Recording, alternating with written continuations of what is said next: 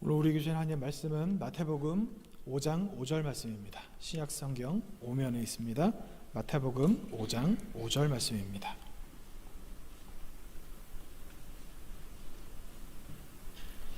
우리 같이 한 목소리로 봉독하겠습니다. 온유한 자는 복이 있나니 그들이 땅을 기업으로 받을 것이며. 아멘. 지난 시간에는 우리가 온유한 자에 대해서 한 시간을 나눴습니다. 성경에 나오는 온유한 자라고 하는 뜻은 우리가 흔히 생각하는 온유는 성품의 온유함을 이야기하지만, 성경에서 말씀하시는 첫 번째 온유함은 다른 사람의 죄를 대할 때 그 사람이 어떤 태도를 취하는가, 이게 그 사람의 온유함이라고 말씀을 드렸었습니다. 죄 지은 사람이 있을 때 그 사람을 용서하고 그 사람에 대해서 품어주는 사람, 이 사람은 온유한 사람이고, 어떤 죄를 지었는데 그 사람에 대해서 비난하고 그리고 끌어내리려고 하고 그 사람을 품어주지 못하는 사람은 온유한 사람이 아니라고 말씀을 드렸습니다. 이것은 성품의 온유보다 더 중요한 것이고, 그리고 우리가 정말 그리스도인이라고 하는 것에 대해서 나타낼 수 있는 아주 하나의 큰 지표라고 할 수도 있습니다. 그런데 이 사람 앞에서의 온유함, 이것도 중요하지만 이것보다 더 중요한 것이 있습니다. 그것은 오늘 말씀의 제목, 아까 보셨겠지만 하나님 앞에서 온유한, 하나님 앞에서 온유한 사람, 이것이 더 중요합니다. 하나님 앞에서 온유가 무엇일까를 오늘 말씀을 통해서 함께 상고하고자 합니다. 사람 앞에서 온유한 것도 중요하지만 하나님 앞에서의 온유가 중요하다고 제가 말씀을 드리는 이유가 있습니다. 그 이유는 무엇이냐면 이것이 우리의 살고 죽는 것을 결정하기 때문입니다. 그러니까 이 온유하지 않은 사람은 죽는 거고, 하나님 앞에서 온유한 사람은 사는 겁니다. 하나님 앞에서 온유하지 못한 사람은 천국에 못 가는 거고, 하나님 앞에서 온유한 사람은 천국에 가는 겁니다. 그렇기 때문에 이 온유한 것이 그 어떤 것보다 중요하다고 말씀을 드릴 수 있습니다. 근데 여러분, 그런 생각이 드실 수도 있을 거예요. 하나님 앞에서 온유하다, 당연한 것 아닌가? 라고 생각하실 겁니다. 어떻게 인간인 우리가 감히 하나님 앞에서 온유하지 않을 수 있는가? 라고 속으로 반문하시는 분도 아마 계실 수 있으리라 생각합니다. 하지만 여러분, 하나님 앞에서 온유한 사람이 세상에 그렇게 많지 않습니다. 하나님 앞에서 온유하다, 우리는 하나님이 하나님이시고 내가 인간이기 때문에 당연히 내가 하나님 앞에서 온유할 수밖에 없지. 그러니까 세상 말로 하면 하나님 앞에서 내가 찍소리도 못 낼 수밖에 없지 라고 생각하지만, 여러분, 그렇지가 않습니다. 이 말씀을 아마 끝까지 다 들어보시면 내가 하나님 앞에서 온유한 사람인가 온유하지 않은 사람인가를 점검해 보실 수 있게 될 것입니다. 하나님 앞에서 온유한 사람이 많지 않다고 말씀드렸던 중요한 이유는 성경에 그렇게 나와 있기 때문이에요. 성경에 사도행전 7장 54절과 57절에서 58절을 읽어드리겠습니다. 그들이 이 말을 듣고 마음에 찔려 그를 향하여 이를 갈거늘 그들이 큰 소리를 지르며 귀를 막고 일제히 그에게 달려들어 성 밖으로 내치고 돌로 칠세 증인들이 옷을 벗어 사울이라 하는 청년의 발 앞에 두니라. 스데반이 유대인들에게, 조금만 더 띄워주세요. 스데반이 유대인들에게 복음을 전했을 때 보였던 반응입니다. 스데반이 그들에게 무슨 복음을 전했나요? 예수님께서 하나님이시고 하나님의 아들이시고 메시아시고, 그래서 그 예수님을 우리가 받아들였어야 되는데 너희들의 죄 때문에 그 교만함과 이기심과 듣고 보고 깨닫지 못하는 그 마음 때문에 예수님을 죽였다. 그러니까 우리는 하나님 앞에 회개해야 된다. 너희가 하나님이신 예수님을 죽였으니까. 이게 설교의 내용입니다.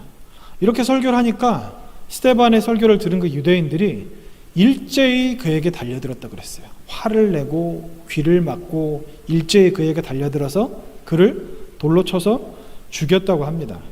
여러분, 이 지금 방금 읽어드린 이 말씀만 봐도 그들이 다른 거 다 떠나서 온유한 사람이라고 할 수 있을까요? 하나님 앞에서의 온유도 필요 없고요, 사람 앞에서의 온유도 필요 없고, 그냥 우리가 알고 있는 온유라는 것을 생각했을 때 그들이 그 모습, 화를 내는 것도 온유가 아닌데, 화를 내는 것뿐만 아니라 귀를 막고 소리를 지르며 달려들어서 사람을 돌로 쳐서 죽였습니다. 이건 온유한 사람의 모습이 아니라고 할 수밖에 없는 거죠. 그들이 왜 이랬을까요? 그들은 뭐 여러 가지 이야기를 드릴 수 있겠지만 일단은 그들이 이렇게 행동했던 것은 하나님 앞에서 온유하지 않은 모습일 수밖에 없습니다. 왜냐하면 스데반이 전했던 말이 스데반의 말입니까? 아니죠. 하나님께서 스데반에게 주신 하나님의 말씀이죠. 그러면 그 하나님의 말씀을 듣고 온유하지 못하고 화를 냈다는 것은 그 말씀을 거부했다는 이야기이죠. 그러니까 이것은 결국 그 하나님 앞에서 온유하지 못했다는 이야기가 됩니다. 이 온유라고 하는 것에 대해서 뒤에서도 설명을 드리겠지만 왜 그들이 이런 모습이 온유하지 않다고 말씀드릴 수밖에 없는가? 여러 가지 측면이 있습니다. 성품의 온유도 있고요. 그리고 사람 앞에서의 온유도 있죠. 제가 아까 말씀드렸던 것 같이 죄를 지은 사람이 있을 때 그 사람을 어떻게 대하는가가 사람 앞에서의 온유라 그랬는데, 예를 들어서 유대인의 입장에서 이 스데반이 설교하는 것이 잘못됐어요. 죄를 지은 거죠. 신성모독이라고 했겠죠 아마. 신성모독인데 그러면 그 사람을 어떻게 해야 됩니까? 돌로 쳐 죽이는 게 맞나요? 아니에요. 그 사람에게 회개할 기회와 변론할 기회를 주는 게 맞는 거예요. 근데 그런 과정을 거치지 않고 돌로 쳐 죽였습니다. 사람 앞에서도 온유하지 않았죠. 세 번째로 하나님 앞에서의 온유는 뒤에서 설명을 드리겠습니다. 그러면 하나님 앞에서 온유한 사람, 온유하지 않은 사람들이 이렇게 나타났는데 하나님 앞에서 온유한 사람은 어떤 사람들일까요? 사도행전입니다. 사도행전 2장 37절. 그들이 이 말을 듣고 마음에 찔려 베드로와 다른 사도들에게 물어 이르되 형제들아 우리가 어찌할꼬. 여기 잘못 나왔는데 형제들아 우리가 어찌할꼬. 여러분, 베드로가 전했던 설교하고요 스데반이 전했던 설교의 내용이 같은 내용입니다. 예수님이 하나님이시고 예수님이 메시아시고 너희가 그들을 너희 욕심 때문에 알아보지 못해서 십자가에 못 박혀 죽게 돌아가시게 만들었다. 그러니까 너희가 회개해야 된다. 똑같은 말씀을 전했거든요. 근데 여러분, 스데반이 전했던 말씀을 들은 유대인들과 베드로가 전했던 말씀을 들은 유대인들이 같은 유대인입니다. 그런데 왜 이렇게 극명한 차이를 보일까요? 심지어 여러분, 그 앞에 보면 그들이 이 말을 듣고 그들이 이 말을 듣고 마음에 찔려, 똑같은 말씀이 나와요. 똑같이 마음에 찔렸어요. 스데반의 설교를 들은 사람도 마음에 찔렸고 베드로의 설교를 들은 사람도 마음에 찔렸습니다. 근데 베드로의 설교를 들은 사람들은 뭐 표현은 그렇게 되어 있지 않지만 탄식하면서 얘기했을 거예요. 형제들아, 우리가 우리가 지은 이 죄를 어떻게 할꼬? 라고 이야기했겠죠. 근데 스데반의 설교를 들은 사람들은 똑같이 마음에 찔렸는데 귀를 막고 소리를 지르고 달려들어서 성 밖으로 끌어내 돌로 쳐서 죽였습니다. 이게 온유한 사람과 온유하지 않은 사람이 나타내는 아주 극명한 차이, 아주 분명한 차이라고 할 수 있습니다. 이사야 66장 2절에 이런 말씀이 나옵니다. 제가 몇 번 읽어드렸었는데요. 나 여호와가 말하노라 내 손이 이 모든 것을 지었으므로 그들이 생겼느니라. 물은 마음이 가난하고 심령에 통회하며 내 말을 듣고 두려워 떠는 자 그 사람은 내가 돌보려니와. 여기 마음이 가난하고 심령에 통회하며 내 말을 듣고 두려워 떠는 자, 이게 팔복의 세 가지 순서와 정확하게 일치합니다. 신약과 구약의 서로 다른 부분이라고 할 수 있지만 이게 병행구절이라고 해도 전혀 손색이 없을 만큼 같은 내용에 대해서 말씀하고 계시는 거예요. 다시 한 번만 띄워주세요. 마음이 가난하고 심령이 가난한 사람이죠. 심령에 통회하며 애통하는 사람이죠. 내 말을 듣고 두려워 떠는 자, 이게 바로 하나님 앞에서의 온유입니다. 내 말을 듣고 두려워 떠는 자, 내 말을 듣고 두려워 떠는 자, 하나님의 말씀을 듣고 두려워 떠니까 베드로가 설교했을 때 형제들아 우리가 어찌할꼬 라고 이야기하는 거고, 하나님의 말씀을 듣고 두려워 떨지 않으니까 그 말씀이 듣기 싫어서 귀를 막고 소리 지르며 사람을 돌로 쳐서 죽이는 그런 일을 하는 겁니다. 여러분, 결론적으로 먼저 말씀을 드리고 시작하면 하나님의 말씀을 어떻게 대하느냐의 그 태도가 그 사람이 온유한지 않은지를 나타낼 수 있는 지표입니다. 내가 하나님의 말씀을 어떻게 받느냐, 이것에 따라서 내가 온유하냐 온유하지 않으냐, 이거에 대해서 알 수 있다고 말씀드릴 수 있습니다. 같은 말씀이 또 나와요. 시편 25편 9절입니다. 온유한 자를 정의로 지도하시며 온유한 자에게 그의 도를 가르치시리로다. 보세요. 그리고 야고보서 1장 21절, 그러므로 모든 더러운 것과 넘치는 악을 내버리고 너희 영혼을 능히 구원할 바 마음에 심어진 말씀을 온유함으로 받으라. 말씀을 어떻게 받으라고 이야기하시나요? 온유하게 받으라는 거예요. 말씀을 온유하게 받는다는 것, 이걸 다르게 표현하면 온유함이라고 하는 말이 구약 성경에 나와 있는 온유에 대해서 용례를 찾아보잖아요. 그럼 반대말에 뭐가 있는지 아세요? 두려워 떨다, 이런 뜻이 있어요. 그러니까 온유함을 받는다는 게 온유함으로 말씀을 받는다는 것은 하나님의 말씀을 듣고 두려워서 떤다, 이것과 같은 의미입니다. 그러니까 하나님의 말씀을 듣고 두려워 떨지 않으니까 그 스데반을 돌로 쳐 죽였던 사람들 같은 그런 반응을 보이는 겁니다. 마음에 찔리는 거예요. 듣고 알아듣는 거예요, 무슨 말인지. 근데 듣기가 싫은 거예요. 왜 듣기가 싫은가? 그것은 내가 듣기가 싫은 이유가 뭐냐 하면요, 그 말씀이 내 정체를 드러내기 때문이에요. 다른 사람에게 보이지 않고 심지어는 나조차도 속였던, 아무에게도 드러내고 싶지 않은 그 치부, 하나님 앞에 이 죄된 것들, 하나님께서 그것을 보고 정확하게 지적하시니까 이게 드러나니까 부끄럽고 죄송하고 회개해야 되는데 그렇지 않고 화를 내는 거예요. 여러분, 댁에서 같이 사시는 분과 부부싸움을 왜 하십니까? 맞는 말 했을 때 화내잖아요. 버럭 화내면서. 안 그러신 분들하고 사시는 것 같은데 저는 그렇습니다. 맞는 말을 들으면 화가 나요. 버럭 화를 내는 경우가 많이 있습니다. 하나님한테 그렇게 하는 거예요. 하나님의 말씀 앞에 그렇게 하는 사람, 이 사람은 온유하지 않은 사람입니다. 방금 말씀드렸던 이 사도행전에 이 두 가지 극명한 차이를 보였던 사람들, 이 사람들이 왜 이랬을까요? 왜 이랬을까요? 도대체 무엇 때문에? 이 이유가 뭘까요? 왜? 그러면 제가 방금 말씀드렸던 것과 연결해서 말씀을 드리면, 그 사람들이 온유하지 않아서 그랬다고 했는데, 그럼 그 사람들은 왜 온유하지 않을까요? 왜 어떤 사람들은 온유했는데 왜 어떤 사람은 온유하지 않았을까요? 똑같은 유대인이고, 그 베드로가 전했을 때와 스데반이 설교했을 때 시간 차이가 별로 없어요. 얼마 차이 나지 않는 똑같은 유대인들이 들었는데 왜 어떤 사람들은 이렇고 왜 어떤 사람들은 다를까?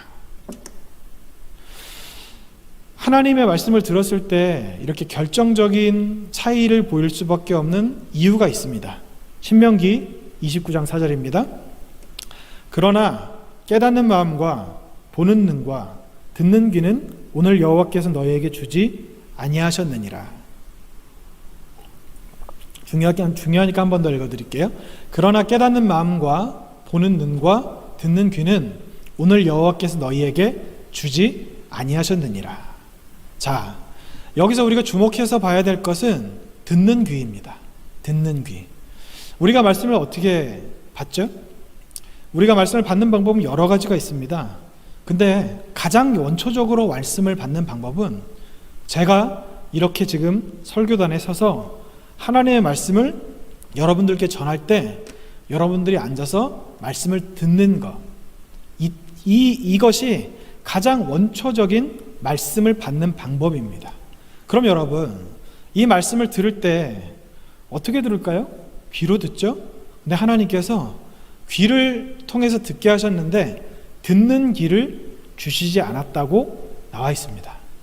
여기까지만 보면 하나님이 안 주셨으니까 못 듣는 게 당연하지 라고 생각하시겠죠? 그러면 그 사람들 탓이 아니라 듣는 귀를 주지 않으신 하나님 탓 아닌가? 라고까지도 생각하실 수도 있을 겁니다. 같은 말을 듣는데 어떤 사람은 그 말을 듣고 깨달아요. 그런데 또 어떤 사람은 깨닫지 못합니다. 이게 사람도 마찬가지예요. 똑같은 말을 하는데 어떤 사람은 알아듣거든요. 또 어떤 사람은 말귀를 못 알아들어요. 똑같은 말을 하고 똑같은 자리에서 같은 이야기를 하는데 어떤 사람은 알아들어요. 또 어떤 사람은 말귀를 못 알아듣는 거예요. 왜 그런지 아세요? 이해력이 부족해서 그럴까요? 사고 체계가 좀 다른 사람과 달라서 그럴까요? 아닙니다. 아니에요. 말을 못 알아듣는 이유가 뭔지 아세요? 교만하기 때문에 그래요. 교만하기 때문에 그렇습니다. 못 알아듣는 게 아니라 안 알아듣는 겁니다. 똑같은 얘기를 하는데 왜 어떤 사람 알아들을까? 그 사람의 말에 귀를 기울이는 거예요. 귀를 기울이는 이유가 뭐죠? 귀를 기울이는 이유? 이 사람이 하는 말, 귀를 기울인다는 것은요, 귀를 기울인다는 것의 그 어원을 찾아보면 그 사람보다 내가 아래에서 그 사람의 말을 듣는다는 의미가 있어요. 이게 무슨 말입니까? 이 사람이 나보다 낫다고 생각을 하니까 그 사람의 말에 귀를 기울이는 거예요. 귀를 안 기울이는 이유는 뭡니까? 저 사람이 나보다 못해. 내가 저 사람보다 나아. 이런 생각을 가지고 있으니까 귀를 안 기울이는 겁니다. 못 알아듣는 거예요. 근데 여러분, 사람에게만 이런 것도 문제가 되는데 하나님 앞에 그런 사람들이 있어요. 하나님이 어떤 면에서 우리보다 못하십니까? 하나님의 어리석음이 모든 인간보다 뛰어나다고 성경에 기록되어 있잖아요. 인간의 지혜로움보다 뛰어나다고? 어떻게 하나님이 우리보다 어리석으실 수 있나요? 어떻게 우리가 하나님보다 뛰어날 수 있습니까? 근데 그런 사람들이 있어요. 아까 그 사도행전에 나왔던 그 사람들, 스데반의 설교 듣고 마음이 찔렸어요. 알아들은 거예요. 근데 듣기가 싫은 거예요. 왜 듣기 싫죠? 물론 자기의 정체를 드러내서이지만 하나님께서 정체를 드러내시면 부끄럽든 어쨌든 죄송하다고 회개하고 통회하고 자복하는 것이 순서인데 듣기 싫은 거예요. 하나님 말이 틀리고 내 말이 맞다, 이런 이야기를 하고 싶은 겁니다. 근데 여러분, 그들이 들을 기가 없다, 들을 기가 없으니까 못 듣는다, 이거는 그냥 간단히 들을 기가 없으니까 하나님께서 안 주셨으니까 못 듣고 넘어가는 거지라고 생각할 만한 그런 간단한 문제가 아닙니다. 들을 기가 없다는 것은요, 하나님 앞에 두려워 떨지 않는다는 이야기고 결국은 내가 하나님보다 낫다고 얘기하는 거예요. 말로는 그렇게 안 해요. 스스로도 그렇게 아니라고 생각을 하는 것 같아요. 근데 하나님의 말씀을 안 받아들이는 사람은 내가 하나님보다 낫다, 이렇게 이야기하는 것과 똑같은 의미라는 겁니다. 이게 온유하지 않은 사람이에요. 여러분, 근데 이게 저만 이렇게 생각하는 게 아닙니다. 토마스 핫슨 이렇게 말씀하셨습니다. 하나님의 말씀에 대한 온유함, 우리가 모든 율법과 훈계에 유연하게 대하는 것, 말씀의 가르침과 다투지 않고 자기 마음의 부패와 다투는 사람은 영적으로 온유한 사람이다, 이렇게 말씀하셨어요. 아더 핑크 목사님 이렇게 말씀하셨습니다. 경건한 슬픔은 마음을 누그러지게 하며 하나님의 말씀을 쉽게 받아들이게 한다. 온유함은 온순하고 순종하며 가르침을 잘 받아들이는 영혼 속에 존재한다. 마틴 로이드 존스 목사님 이렇게 말씀하셨습니다. 온유는 우리가 귀를 기울이고 배울 태세가 되어 있음과 우리가 다른 사람에게 귀를 기울일 정도로 우리 자신과 우리의 능력이 아무것도 아니라는 생각을 품고 있음을 의미합니다. 온유는 항상 배우려는 정신을 의미합니다. 제가 방금 말씀드렸던 그 말씀들이죠. 근데 여러분, 저와 학자들만 이렇게 이야기하는 게 아니고 성경에서도 그렇게 말씀을 하십니다. 이사야 66장 2절입니다. 나 여호와가 말하노라, 내 손이 이 모든 것을 지었으므로 그들이 생겼느니라. 물은 마음이 가난하고 심령에 통회하며 내 말을 듣고 두려워 떠는 자, 그 사람은 내가 돌보려니와. 이 말씀은요, 하나님께서 우리에게 하신 말씀이거든요. 근데 여러분, 이 띄워주세요. 표시된 부분 한번 잘 보세요. 이걸 다르게 해석할 여지가 있습니까? 심령이 가난하고 마음이 가난하고 심령에 통회하고 내 말을 듣고 두려워 떠는 자, 내 말을 듣고, 이 내 말이 누구의 말인가요? 하나님의 말이죠. 하나님의 말씀을 듣는다, 이걸 다르게 해석할 여지가 있습니까? 없어요. 그냥 말 그대로입니다. 하나님의 말씀을 듣고 두려워서 떨어야 된다는 거예요. 그 사람이 바로 온유한 사람이고 하나님께서 그 사람을 돌보신다, 이게 구원을 의미합니다. 이런 사람을 하나님께서 구원하신다, 이렇게 말씀하시는 거예요. 이거는 결국은 온유라고 해석할 수밖에 없습니다. 시편 25편 9절입니다. 온유한 자를 정의로 지도하시며 온유한 자에게 그의 도를 가르치시리로다, 이렇게 말씀하세요. 야고보서 1장 18절에서 21절입니다. 그가 피조물 중에 우리로 한 첫 열매가 되게 하시려고 자기의 뜻을 따라 진리의 말씀으로 우리를 낳으셨느니라. 내 사랑하는 형제들아, 너희가 알지니 사람마다 듣기는 속히 하고 말하기는 더디하며 성내기도 더디하라. 사람이 성내는 것이 하나님의 의를 이루지 못함이라. 그러므로 모든 더러운 것과 넘치는 악을 내버리고 너희 영혼을 능히 구원할 바 마음에 심어진 말씀을 온유함으로 받으라. 자,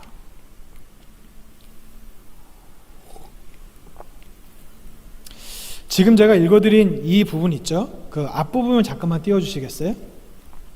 진리의 말씀, 그리고 듣기는 속하고 성내기도 더디하라. 중간에 말하기라고 되어 있는데, 이거는요, 우리는 그냥 말을 적게 하고 많이 들어라 이렇게 생각을 하시잖아요. 근데 이 말씀은 앞에 있는 진리의 말씀을 잘 들어라. 잘 들어라. 그리고 듣기는 속히 하고 말하기는 더디하라. 하나님 앞에 이 말에 대해서 토달지 말라, 이 뜻이에요. 그리고 성내기도 더디하라. 그러니까 하나님의 말씀을 들어요. 듣는데 내가 듣기 아닌 것 같아요. 하나님 좀 이건 아닌 것 같은데 이거 하지 말라는 거예요. 그리고 성내기도 더디하라. 이거 누가 아까 성냈었죠? 유대인들이 성냈었죠. 말씀을 듣고 마음에 찔린 다음에 듣기 싫어서 귀를 막고 소리 지르며 그 스데반을 성 밖으로 끌어내서 돌로 쳐서 죽였던 사람들. 지금 이 야고보서에 말씀하시는 것과 정확히 반대된 모습을 보였던 사람들이 아까 그 유대인들입니다. 여러분, 근데 이게 그냥 단순히 그냥 뭐 듣는 것 안 듣는 것 그리고 뭐 이런 의미에 대해서 말씀을 드리는 게 아니에요. 누가복음 6장에 가난한 자와 우는 자가 나와요.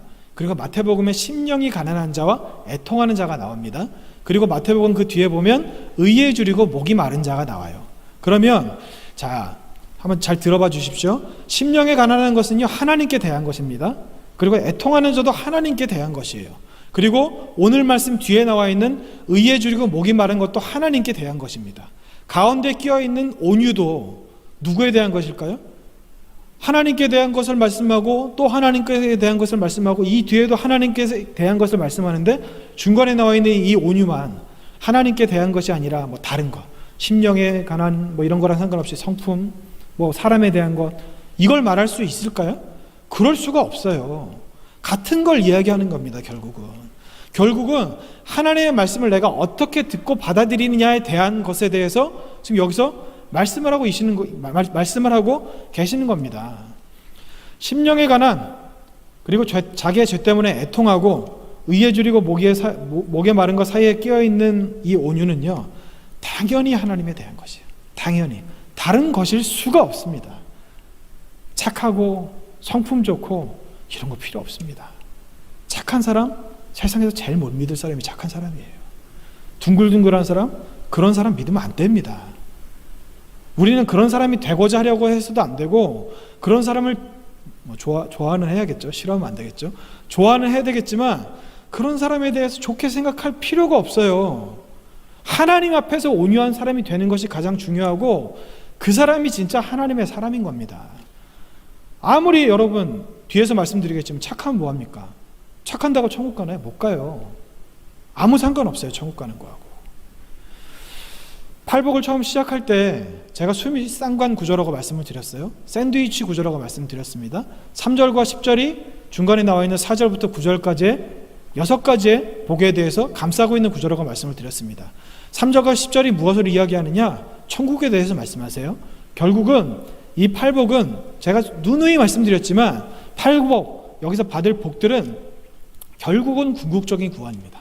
결국은 궁극적인 구원.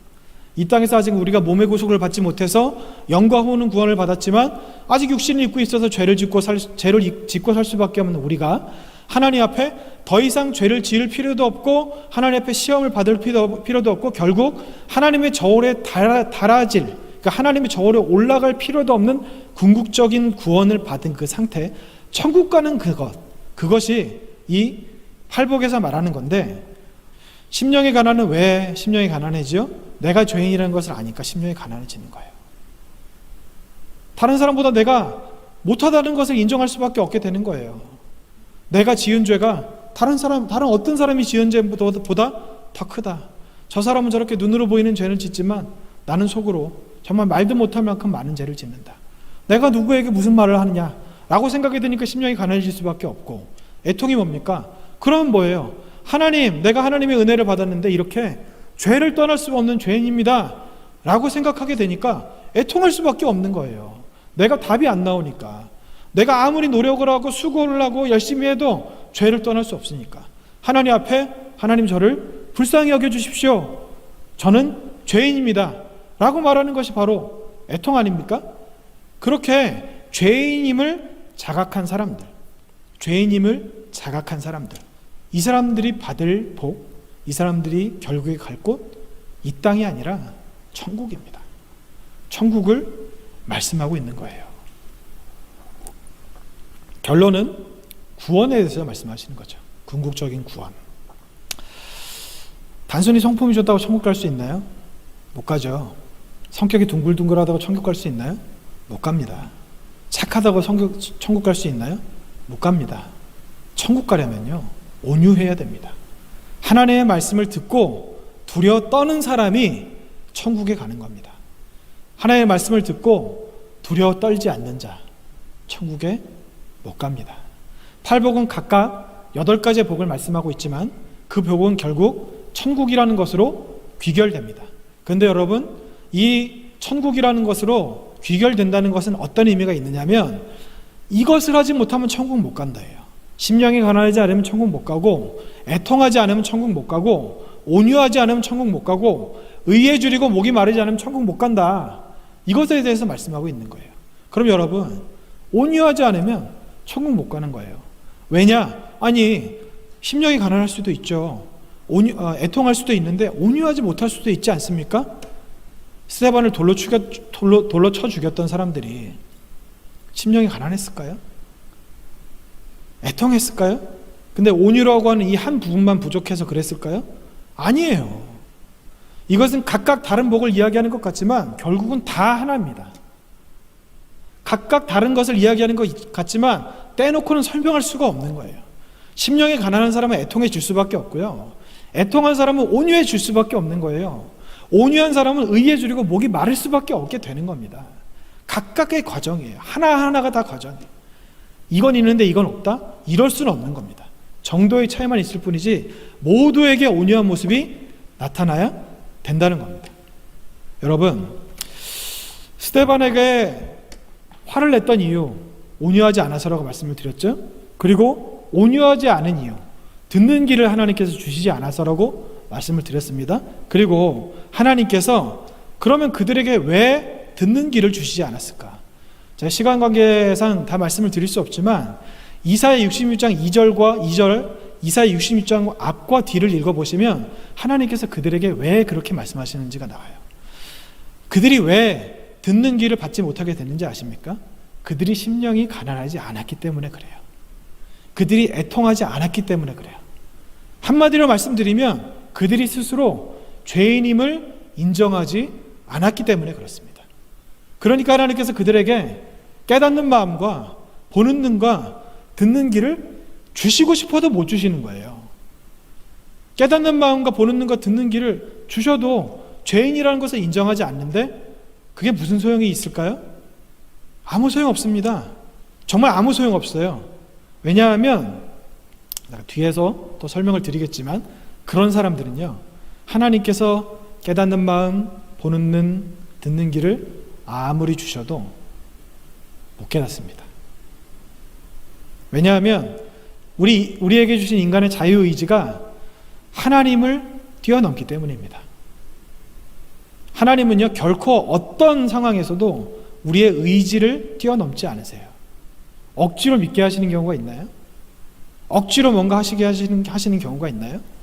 뭐 예를 들어서 하나님께서 하지 말라고 하는 것을 우리가 했을 때, 그 어떤 일을 했을 때 그것을 못하게 막으시고 이러신 일은 있죠. 하지만 그 사람의 마음은 돌이키지 못하세요.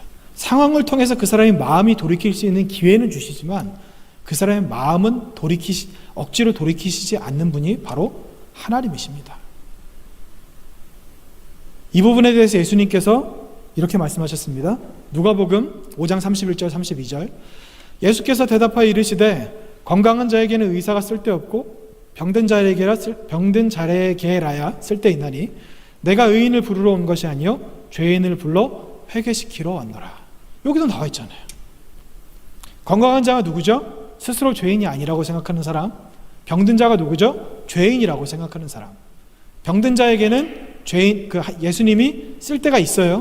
예수님이 필요합니다. 근데 건강한 자에게는 의사가 쓸데없는 것 같이 건강한 자에게는 하나님이 필요가 없는 거예요.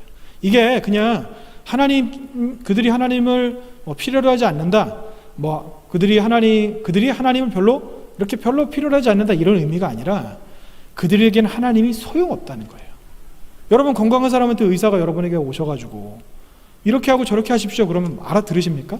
내가 이미 건강한데 왜 하라는 대로 해? 이런 생각하지 않으세요? 똑같은 거예요. 건강한 사람, 죄인이 아니라고 생각하는 사람은요, 하나님께서 아무리 말씀하셔도 안 듣습니다.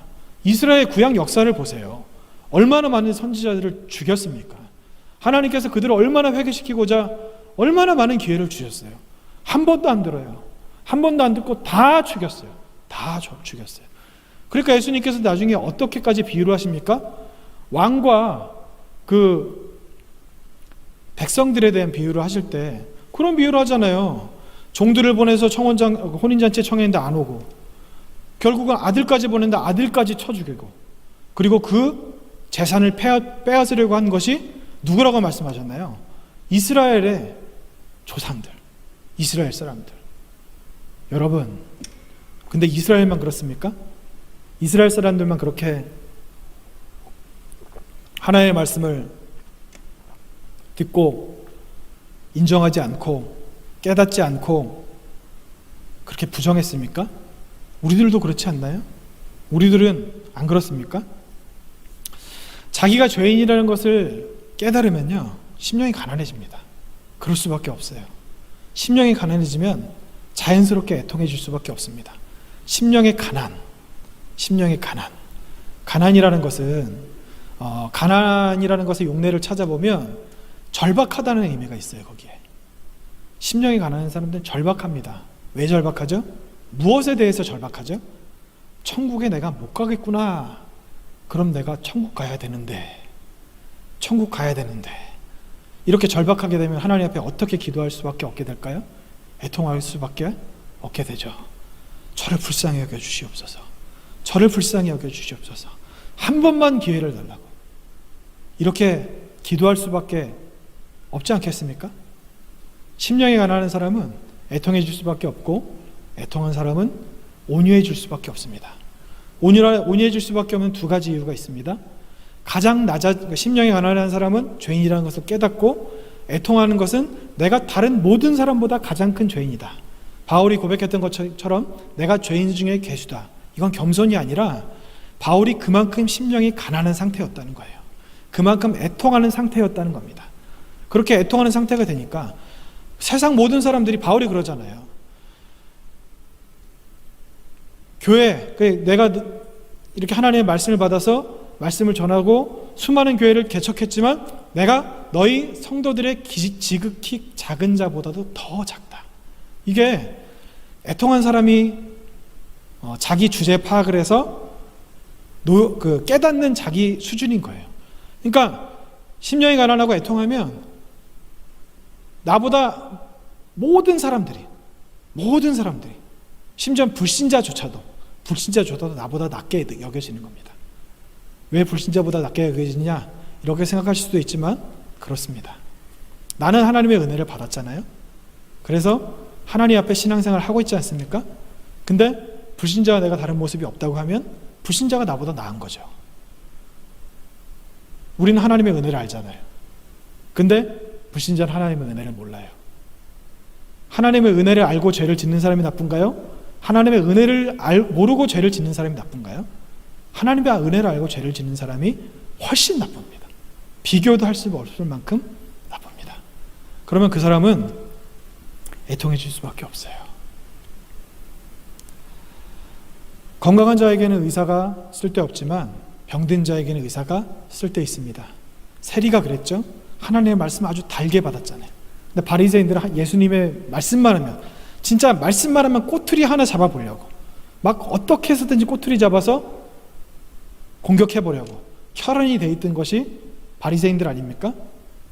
이 심령이 가난하지 않으니까 그렇게 되는 거예요. 바리새인들이 왜 그랬을까요? 자기가 죄인이라는 것을 깨닫지 못했기 때문에, 자기의 죄를 깨닫지 못했기 때문에. 그러니까 자기 주장을 하는 겁니다. 자기 주장. 자기 주장은요, 뭔가 좀 잘났다고 생각하는 사람들이 주장을 해요. 나보다 잘난 사람에게, 나보다 뛰어난 사람에게 자기 의견을 말하는 사람이 있습니까? 여러분, 제가 지난번에도 말씀드렸지만 아파서 병원 가는데 의사 선생님이 어떤 말씀을 하세요. 근데 선생님, 제가 생각할 때 안 그런데요? 이렇게 말하는 바보가 어디 있습니까, 세상에. 바보예요, 그거는. 근데 우리가 하나님 앞에 그러고 있는 거예요. 하나님께서 우리에 대해서 말씀하시는데, 하나님, 저는 그게 아닌 것 같은데요. 내 주장을 이야기하는 거예요. 내가 죄인이 아니라고 생각하니까. 그러니까 거기에서부터 시작이 되는 겁니다. 내가 죄인이라는 것을 깨닫지 못하니까, 건강한 사람이라고 생각하니까 하나님조차 필요 없는 수준까지 간 겁니다. 바리새인같이, 서기관들같이. 하나님의 말씀을 달게 받아서 두려워 떠는 것은요, 심령의 가난, 그리고 애통과 밀접한 관련이 있습니다.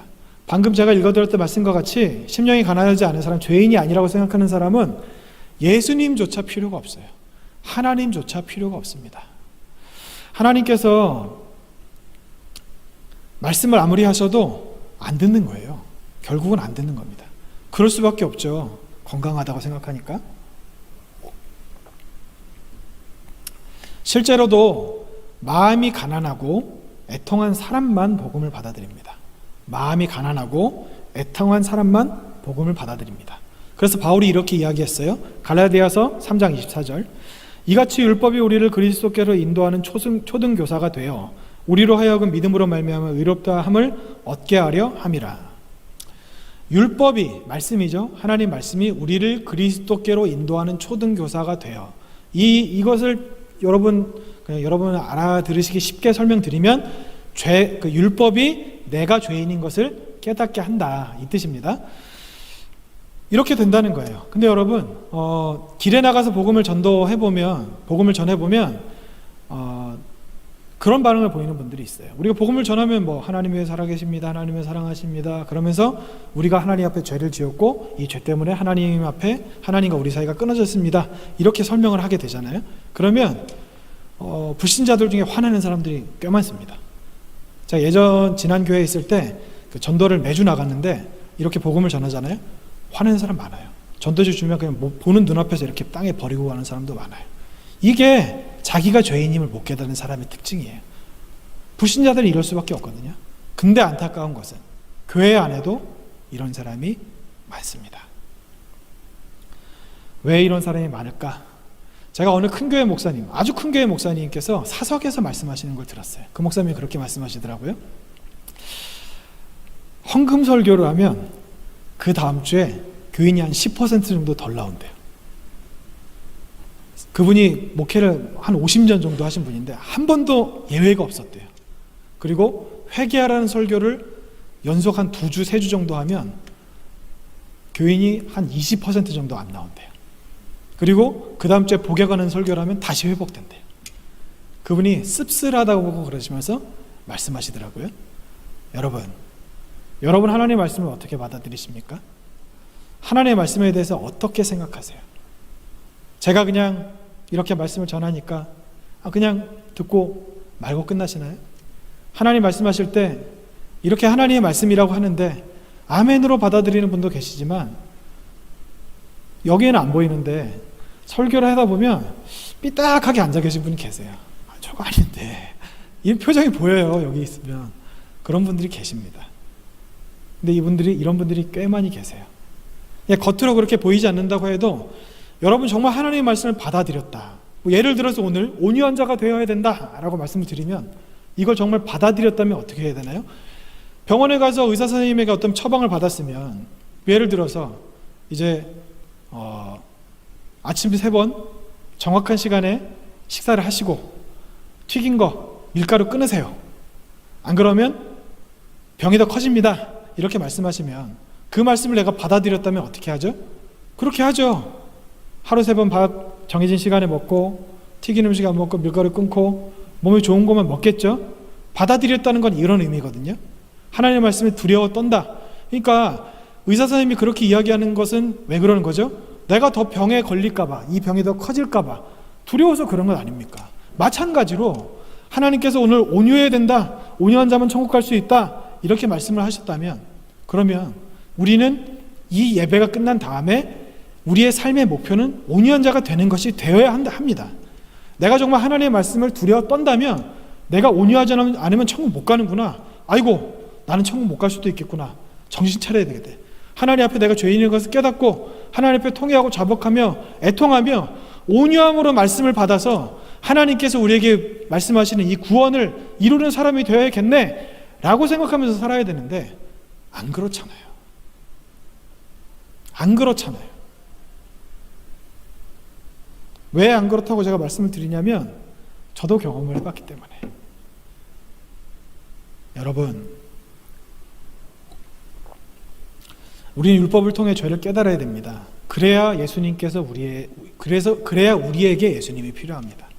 내가 죄인이라는 것을 그냥 머리로만 아는 것, 저는 이런 수준을 말씀드리는 게 아닙니다.